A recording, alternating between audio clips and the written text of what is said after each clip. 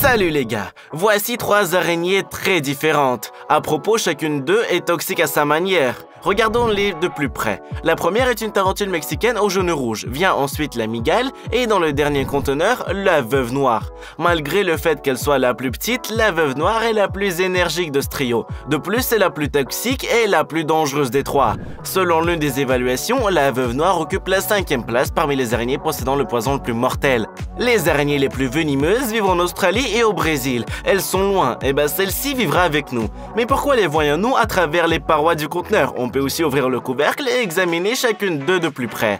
Des 3 araignées, seule la tarentule est capable de se déplacer sur des surfaces lisses. Heureusement, elle est assez lente et ses mouvements sont faciles à contrôler. La morsure de la veuve noire elle-même ne peut pas être qualifiée de douloureuse, mais après quelques minutes, une vive douleur apparaît dans la zone mordue. Cela peut s'accompagner de l'apparition d'une éruption cutanée rouge et de convulsions, et si vous aidez une personne à temps, les conséquences de la morsure disparaîtront dans quelques jours. Sinon, même la mort est possible. Sur son gros derrière, vous pouvez voir les bosses là où se trouvaient les points rouges. À propos, le venin des veuves noires est 15 fois plus toxique que le venin d'un serpent à sonnette. Curieusement, des 3 représentants, elles diffèrent parce qu'elles tissent une toile. Très probablement, cette araignée aimera vivre dans la partie supérieure du terrarium. En fait, la veuve noire n'est pas si effrayante. Elle n'attaque que si elle se sent menacée. Ah oui, j'ai oublié de vous dire quelque chose, même si vous avez probablement tout vu dans le titre de la vidéo. Les 3 araignées vivront dans le même terrarium. Nous nous demandons comment elles peuvent s'entendre sur le même territoire et si elles peuvent le faire. Nous le saurons bientôt. Pour l'instant, revenons à nos araignées. La tarentule mexicaine au jaune rouge n'est pas aussi dangereuse que la veuve noire. Cependant, elle reste venimeuse, comme les autres araignées de notre liste. Certes, la toxicité de son poison, même comparaison avec d'autres tarentules, est considérée comme faible. En plus, c'est l'une des araignées les plus paisibles et les plus pacifiques. La douleur causée par la morsure de cette tarentule est comparable à celle d'une guêpe ou d'une abeille. Mais elles mordent assez rarement. Elles se fient davantage au poil urticant de leurs pattes. Comme nous l'avons déjà dit, c'est la seule araignée capable de se déplacer sur des surfaces lisses. Elle le fait en utilisant quelque chose comme des ventouses sur ses jambes. Si la veuve noire était à la 5e place du classement des poisons, alors la tarentule prend la 8e position. Son poison n'est pas aussi toxique que celui de la veuve noire, mais la douleur de sa morsure peut être comparée à celle d'un frelon. Pour les humains et les grands animaux, les piqûres de la tarentule ne sont pas aussi dangereuses que pour les plus proches voisins du monde des insectes, mais il n'est toujours pas souhaitable de s'y aventurer. Les tarentules adorent s'installer dans le sol, nous lui fournirons donc des conditions appropriées pour elles. Nous allons fabriquer un terrarium à partir de l'aquarium même dans lequel vivaient autrefois les abeilles. Mais leur histoire est déjà terminée et pour les araignées, tout ne fait que commencer. L'aquarium est assez spacieux et étant donné qu'il peut accueillir 3 araignées à la fois, c'est très important. Dans la partie supérieure, il y a déjà des trous pour la ventilation, ainsi qu'un couvercle rétractable pour l'alimentation. Le seul inconvénient réside dans le trou dans le verre réalisé pour le trou du robinet, mais celui-ci peut être facilement réparé.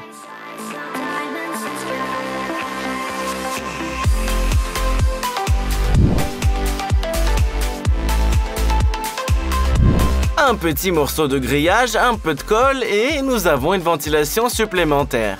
Cependant, il est temps de passer à la décoration du terrarium. Commençons par le sol. Nous avons choisi un substrat de noix de coco comme composant. Selon les instructions écrites sur l'emballage, le contenu de l'emballage doit être rempli de 2 litres d'eau et laissé pendant 3 heures. En conséquence, vous devriez obtenir 5 à 6 litres de terre finie. Nous l'imprimons et la mettons dans le terrarium. Nous avons compris et décidé que pour la quantité optimale, nous aurions besoin de 2 de ces briquettes.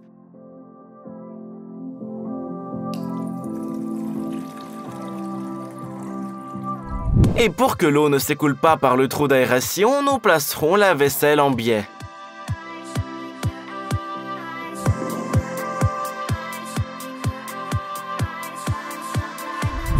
Et remplirons les briquettes avec 4 litres d'eau.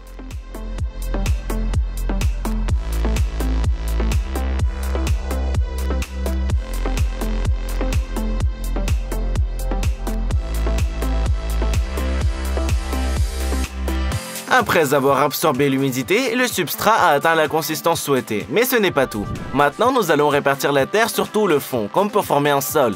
D'un côté, nous aurons une colline et l'autre moitié deviendra une plaine.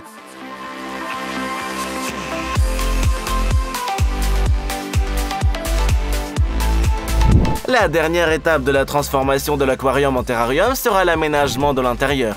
Comme la tarentule est une amoureuse des endroits isolés, nous allons lui aménager une maison à partir d'une coquille de noix de coco.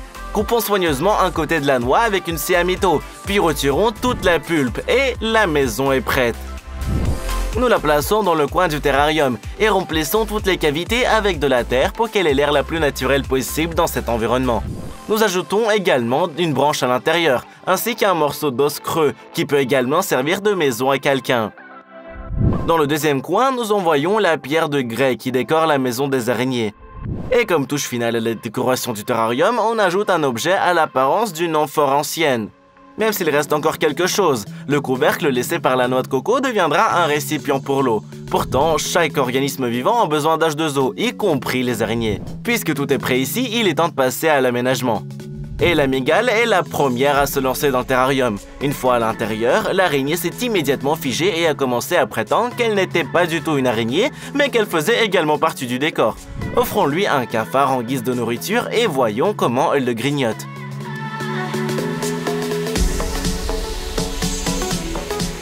Le cafard est tombé juste devant le nez de l'araignée, mais pour on ne sait quelle raison, elle n'était pas du tout intéressée. Le cafard s'est retourné, a haussé les épaules et est allé s'enfuir dans le sol. La mygale a réagi à cela à peu près de la même manière.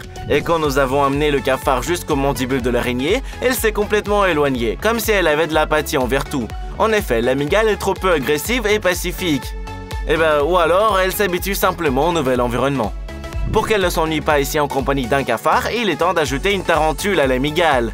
Et elle s'est avérée beaucoup plus vivante que l'autre locataire. Remarquant la mygale grimpant le long de la branche, la tarentule a immédiatement couru pour faire connaissance. À propos, la tarentule a une façon de se déplacer très intéressante, des courses courtes et rapides. Puis elle s'arrête et s'assoit au même endroit, évaluant la situation. Nous lui avons également offert un cafard, mais la tarentule, comme la mygale, n'a montré aucun intérêt pour son repas. Même lorsque la friandise elle-même a rampé jusqu'à l'araignée, elle n'en était pas contente. Et voici une autre araignée, c'est déjà bien plus intéressant. Mais ce n'est pas encore clair. Est-ce que c'est un nouvel ami ou un concurrent potentiel? La mygale a plongé dans un trou entre la branche et la paroi de l'aquarium et s'y est figée. Et la tarentule l'a suivie. Elle est montée à bord et a dit « Allez, tu n'es pas la seule ici après tout. J'ai aussi besoin de me cacher quelque part et de m'asseoir. » Pendant assez longtemps, les araignées sont restées au même endroit sans aucune action.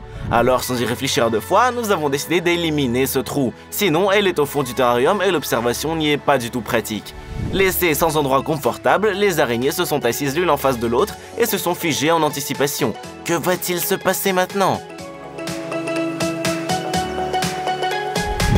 Assez vite, la mygale s'est ennuyée de cette activité et a décidé de partir. En fait, regardez bien la façon dont elle se promène de manière impressionnante dans le terrarium. Mais ensuite, elle a complètement grimpé sur le mur à l'aide de ses ventouses et a commencé à s'y asseoir. Oui, cette araignée est le flegme en personne. Le moment est venu de libérer le plus venimeux des habitants, la veuve noire, dans le terrarium. C'est non seulement la plus venimeuse, mais aussi la plus active. L'araignée a immédiatement commencé à explorer les étendues de sa nouvelle demeure. Dès l'apparition même de la veuve noire, un mince fil de toile d'araignée s'étire. Elle était particulièrement intéressée par cet artisanat en forme d'amphore. Mais la veuve noire s'en est vite lassée et il a recommencé à errer aux abords du terrarium. À la recherche d'une maison, l'araignée a même grimpé tout en haut d'un chicot. Il s'est avéré que cela a été nécessaire pour commencer à tisser l'arbre avec des toiles d'araignée. Finalement, la veuve noire a choisi une pierre de grès et s'y est installée. Une heure de vie commune s'est écoulée. La mygale a grimpé dans une coquille de noix de coco où un cafard, alias sa nourriture, s'est installé de manière inattendue. Assez vite, la délicatesse ambulante a arrêté d'ennuyer l'araignée et il a décidé de partir. En fait, il s'est avéré que la branche est tout à fait habitable et que des fourmis y vivent. Je me demande s'ils finiront par devenir de la nourriture pour les araignées ou s'ils prendront possession de tout le terrarium et se l'approprieront. Ici, comme dans la nature, tout un écosystème s'est développé. Ce ne sont certainement pas des conditions de laboratoire stériles. La veuve noire a tenté d'escalader le mur, mais n'a pas réussi. Pendant ce temps, deux cafards se sont déjà installés dans la coquille de noix de coco, dans laquelle semble revivre la tarentule. L'araignée n'aimait clairement pas ça et elle a commencé à partir tranquillement. Et puis la veuve noire est passée par là, pour ensuite retomber. La mygale a finalement décidé de quitter ce divertissement, mais elle a rencontré un mur sur son chemin et a oublié où elle allait. En conséquence, le prédateur à fourrure a décidé de s'accrocher à la branche en compagnie de fourmis. Et comment va la tarentule? Elle a commencé à se creuser un trou dans le substrat, mais remarquant qu'il était en train d'être retiré, elle a immédiatement arrêté de travailler. En fait, nous avons oublié de dire que le tarentule creuse des trous dans lesquels il vivent ensuite. C'est pourquoi nous avons fait ce monticule dans le coin. Voyons si elle devine notre plan ou pas.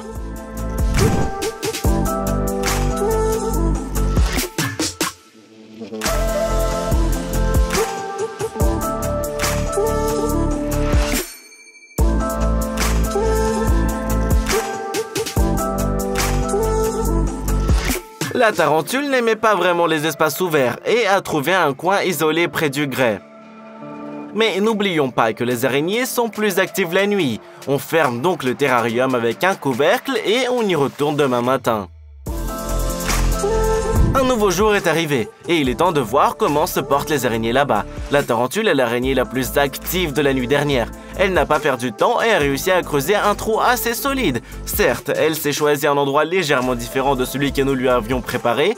Nos plans étaient d'installer une tarentule sur une colline. Là, le trou aurait été beaucoup plus profond. Mais l'araignée avait apparemment sa propre opinion à ce sujet. Mais elle a construit sa maison de telle manière que même sur le côté, vous pouvez voir ce qu'elle fait à l'intérieur. La veuve noire apparemment s'est installée à l'intérieur de la branche. Du moins, nous n'avons pas pu la trouver. Seule une toile d'araignée est visible près du creux de la branche. Elle est très probablement quelque part là-bas. De toute la variété de maisons que nous avons préparées, à savoir une noix de coco et un morceau de vieil os, rien ne convenait à la migale. Au lieu de ça, elle a choisi cette vaisselle comme refuge. La tarentule a même installé des pièges faits de toiles d'araignée de tous les côtés de la vaisselle. Oui, et elle a tout tressé ici assez décemment, à la fois le haut de la cruche et l'entrée latérale. Alors, quiconque est intéressé par ce qui va se passer ensuite, mettez un like et nous reviendrons certainement au sujet. Salut, salut!